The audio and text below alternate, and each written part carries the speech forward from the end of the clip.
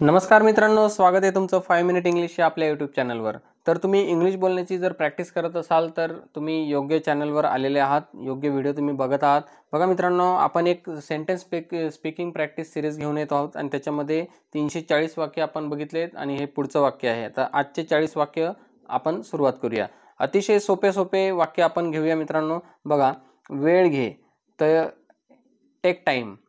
तर मित्रांनो, हे जे वाक्य आहे हे कुठल्या प्रकारातलं येतं, तर हे आज्ञार्थी वाक्य येतं, कमांड सेंटेन्स ज्याला आपण इंग्लिशमध्ये म्हणतो, ज्याच्यामध्ये तुम्हाला सुरुवातीला एक क्रियापद घ्यावं लागतं। म्हणजे जसं की रन, टेक, पे, ईट ह्या पद्धतीचं, म्हणजे क्रियादर्शक शब्द।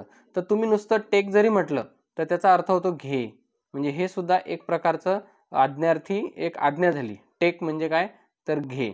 तर मित्रांनो, हे सुद्धा एक मीनिंगफुल संभाषणाचा भाग आहे, जसं की टेक। मग आता काय घ्यायचं ते त्याच्यानंतर बघा, जसं की टेक टाइम म्हणजे वेळ घे। एखादी गोष्ट करण्यासाठी जर एखाद्याला वेळ लागत असेल तर आपण त्याला म्हणतो की टेक टाइम, तू वेळ घे। बघा, हे वाक्य आहे ते। पुढचं आहे निर्णय घे। तर इथं सुद्धा टेक डिसिजन, टेक डिसिजन, नाही का। तर टेकने आपण असे 2-3 वाक्य घेतलेले आहेत जे आपण सहज म्हणू शकतो, जसं की परीक्षा घे, टेक एक्झाम, टेक एक्झाम। जसं की टॅक्सी पकड। आता पकडण्यासाठी तर इंग्लिशमध्ये आपल्याला माहिती आहे की कॅच आहे, परंतु इथं आपल्याला टेक घ्यायचंय, नाही का। कॅच अ टॅक्सी नाही म्हणत आपण, टेक अ टॅक्सी किंवा टेक अ कॅब। तर अशा पद्धतीने टेकने सुरू झालेले वाक्य। अजून बघूया पुढचे वाक्य, जसं की जागा पकड, टेक अ सीट, किंवा जागेवर बस, टेक अ सीट।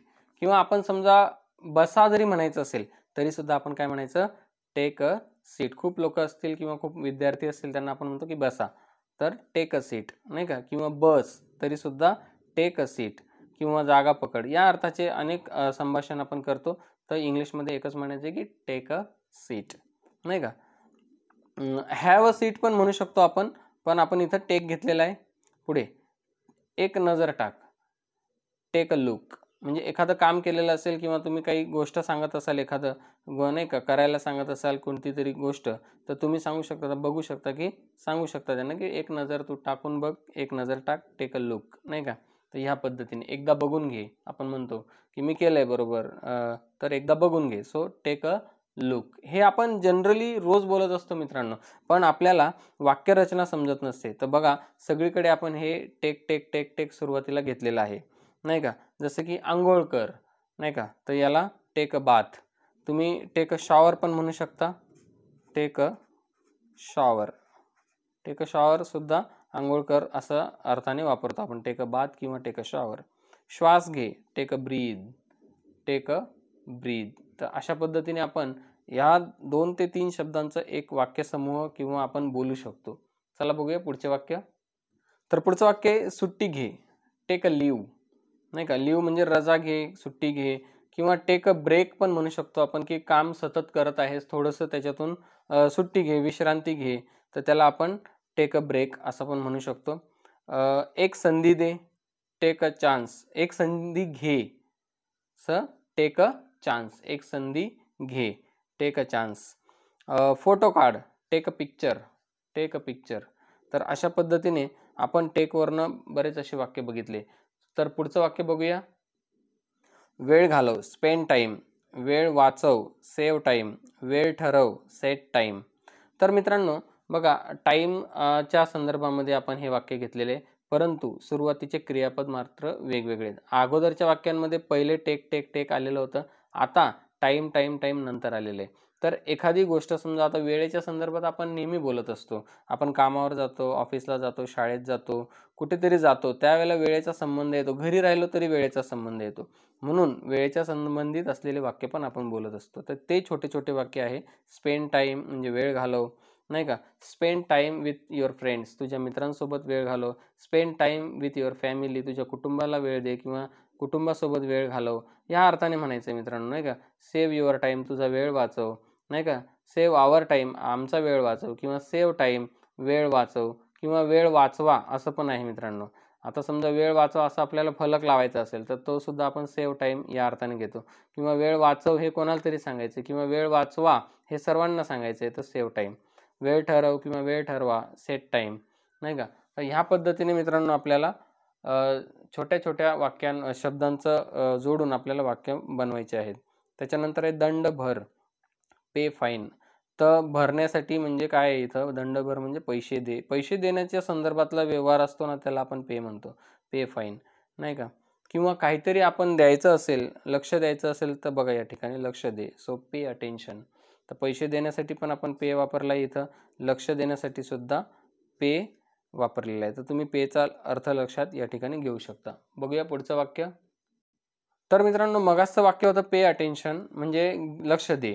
तर लक्ष दे म्हणजे गिव्ह अटेन्शन पेक्षा आपण देण्यासाठी आपण गिव्ह हे वर्ब वापरतो. मग गिव्ह अटेन्शन असं का नाही म्हटलं, तर पे अटेन्शन म्हटलेलं आहे, नाही का. तर पे म्हणजे जसं की आपण पैसे देतो ना, तर पैशाची किंमत असते. तर लक्ष दिलं तर पे अटेन्शन, बघा त्या अर्थाने जर आपण घेतलं तर जे अधिक मौल्यवान वाटतं. लक्ष देणं किती महत्त्वाचं आहे, पे अटेन्शन. गिव्ह अटेन्शन नाही म्हणत आपण, पे अटेन्शन म्हणतो, नाही का. म्हणजे तर लक्ष देणं तितकंच महत्त्वाचं आहे. बघा, आपलं लक्ष कोणत्या तरी गोष्टींमध्ये किंवा जे काम करतोय त्याच्यामध्ये लक्ष देणं फार महत्त्वाचं आहे. सो पे अटेन्शन त्यासाठी असू शकतं असं मला वाटतं. पुढे किंमत दे, पे द प्राइस, आपण म्हणू शकतो किंमत दे, पे द प्राइस. त्याच्यानंतर रोकड दे म्हणजे कॅश, पे कॅश, पे कॅश. पुढचा एक गुपित ठेव, कीप अ सिक्रेट. आता बघा, ठेवण्यासाठी या ठिकाणी कीप हे आपल्याला क्रियापद घ्यायचे. जसं की दूर ठेव, कीप अवे. तर आता ठेवण्यासाठी आपल्याला कीप हे वर्ब घ्यायचं आहे, ठेवणे म्हणजे कीप. त्याच्यानंतर आहे वचन पाळ, कीप अ प्रॉमिस, नाही का, वचन पाळ, कीप अ प्रॉमिस. नियंत्रण ठेव, कीप कंट्रोल, नियंत्रण म्हणजे कंट्रोल, सो कीप कंट्रोल. माझ्यासाठी थांब, वेट फॉर मी. तर या ठिकाणी सुरुवातीचं वेट हे क्रियापद आहे, फॉर हे प्रिपोजिशन आहे, आणि मी या ठिकाणी मीचा अर्थ होतो की मला. सो वेट फॉर मी आणि माझ्यासाठी थांब. पण या ठिकाणी फॉरच्या आधी जर फॉरच्या नंतर जर आपण मी घेतलं तर त्याचा अर्थ होतो की फॉर मी म्हणजे मला. जसं की फॉर हिम म्हणजे त्याला, फॉर अस म्हणजे आम्हाला, नाही का, फॉर अस आमच्यासाठी, फॉर मी माझ्यासाठी किंवा मला. सो माझ्यासाठी थांब, फॉर मी. आमच्यासाठी थांब, वेट फॉर अस. तिच्यासाठी थांब, वेट फॉर हर. तुझ्यासाठी थांब, वेट फॉर यू, नाही का. किंवा आय वेट फॉर यू, मी तुझ्यासाठी थांबतो, आय वेट फॉर यू. चला बघूया पुढचे वाक्य. पुढचं वाक्य, सहाय्यक पदासाठी अर्ज कर. आता अर्ज करण्यासाठी आपण म्हणतो की अप्लाय. अर्ज कर याच्यासाठी एकच वर्ब आहे, अप्लाय, नाही का. पदासाठी फॉर द पोस्ट, आणि कोणतं पद, तर असिस्टंट. सहाय्यक म्हणजे असिस्टंट इंग्लिशमध्ये. So apply for the post of assistant, apply for the post of assistant. Form भर किंवा अर्ज कर, त्याला आपण अप्लाय म्हणतो. माझ्यासाठी कर, डू फॉर मी म्हणजे हे माझ्यासाठी कर, डू धिस फॉर मी, नाही का. हे काम कर माझ्यासाठी, नाही का, do this work for me. बघा या ठिकाणी पुन्हा एकदा फॉर मी या ठिकाणी आलेलं आहे. समाजासाठी काम कर, वर्क फॉर सोसायटी, समाजासाठी काम कर, वर्क फॉर सोसायटी. आजारातून बरे व्हा, रिकवर फ्रॉम इलनेस, किंवा आजारातून बरे हो, रिकवर फ्रॉम इलनेस. तर पुढचं वाक्य घेऊया आपण, लक्षात ठेव, keep in mind, keep in mind. त्याच्यानंतरचं पुढचं वाक्य आहे, मला विचार करू दे. आता मला करू दे, नाही का, या ठिकाणी. सो कोणती तरी गोष्ट मला करू दे, इथं विचार असेल, नाही का, काही पण असेल, तर त्याला आपण लेट मी आणि मग पुढचं वाक्य बोलायचं आहे. मला करू देचा अर्थ होतो लेट मी, नाही का. लेट मी म्हणजे मला करू दे. सो मग काय करू दे, तर मला विचार करू दे, मग लेट मी थिंक. तर या ठिकाणी विचार करणे म्हणजे थिंक, लेट मी थिंक. मला जाणून घेऊ दे, तर लेट मी, बघा, मला म्हणजे काहीतरी करून घेऊ दे, जाणून घेऊ दे, so let me know, let me know. मला पाहू दे, let me see, let me see. तर पुढचं वाक्य आहे, काहीच करू नको, डू नथिंग, काहीच करू नको. तर मित्रांनो या ठिकाणी बघा, थोडंसं आपण समजून घेऊया की नकोचा अर्थ होतो नॉट, नकोचा अर्थ होतो किंवा नॉट किंवा डोंट, हे नकारदर्शक शब्द आहेत. तर नथिंग सुद्धा तोच आहे मित्रांनो. नथिंग, नेवर, नो, नॉट हे सगळे निगेटिव्ह आणि नकारदर्शक शब्द आहेत. तर आता या ठिकाणी काहीच नको म्हणजे काय, तर नथिंग. आणि डू म्हणजे करणे, करू, यासाठी आपण डू घेतलेला आहे बघा. आणि काहीच नको म्हणजे नथिंग, नाही का. काहीच करू नको म्हणजे डू नथिंग. काहीतरी कर, याच्या उलट जर वाक्य आपण म्हटलं असतं की काहीतरी कर, तर आपण काहीतरीसाठी काय म्हणतो, समथिंग. मग त्याला होईल डू समथिंग. आता कधीच करू नको असं असेल तर डू नेव्हर. बघा, ह्याला नथिंगच्या ऐवजी आपण डू नेव्हर पण म्हणू शकतो, नाही का. डू समथिंग पण म्हणू शकतो, काहीतरी कर. डू नेव्हर म्हणजे काय, नेव्हरचा अर्थ होतो की कधीच नाही, कधीच नाही. तर हे आपल्याला लक्षात ठेवायचं आहे. आणि एव्हर पण आहे मित्र, हा जर एन काढला तर EVER, एव्हर. आपण जर म्हटलं डू एव्हर म्हणजे याचा अर्थ होतो की कधीतरी कर, कधीतरी तर कर, कधीतरी कर. So do ever, do never, do nothing, do something, आणि अजून आहे डू एव्हरीथिंग. तर काहीतरी, डू एव्हरीथिंगचा अर्थ होतो की प्रत्येक गोष्ट कर, डू एव्हरीथिंग.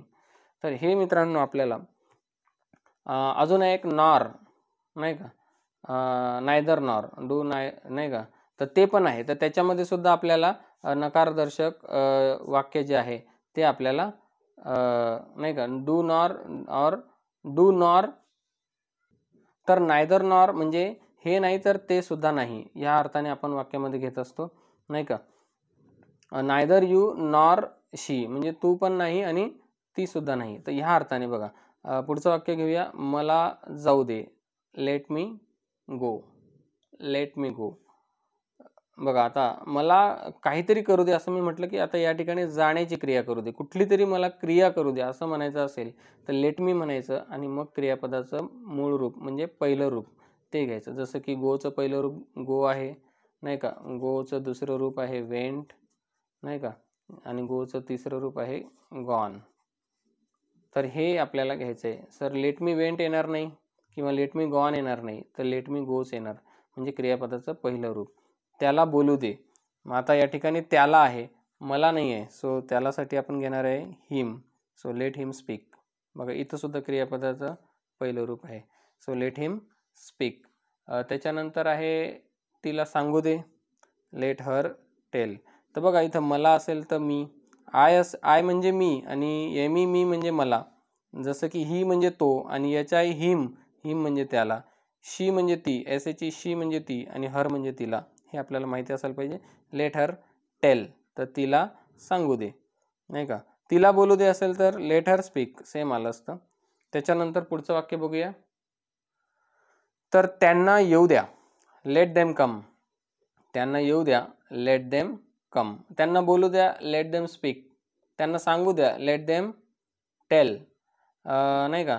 तर अशा पद्धतीने आपल्याला या ठिकाणी दे म्हणजे ते आणि देम म्हणजे त्यांना, हे पण आपल्याला लक्षात असायला पाहिजे. त्याच्यानंतर आम्हाला संधी द्या, give us a chance, give us a chance. त्याच्यानंतर त्याला खेळू दे, पुन्हा लेटचं वाक्य, लेट हिम प्ले, नाही का. त्यांना खेळू दे असतं तर लेट देम प्ले, तर क्रियापद चेंज झालं असतं फक्त. सो लेट हिम प्ले, त्याला खेळू दे. त्याला पिऊ दे, लेट हिम ड्रिंक, नाही का. त्याला पाणी पिऊ दे, लेट हिम ड्रिंक वॉटर. तर अशा पद्धतीने मित्रांनो आजच्या भागामध्ये आपण 380 पर्यंत हे 40 वाक्य बघितलेले आहेत. तर तुम्हाला व्हिडिओ आवडल्यास नक्की लाईक करा, चॅनलला सबस्क्राईब करा आणि शेअर करा. तर भेटूया आपण अशाच पुढच्या एका इंटरेस्टिंग व्हिडिओमध्ये. तोपर्यंत नमस्कार, धन्यवाद.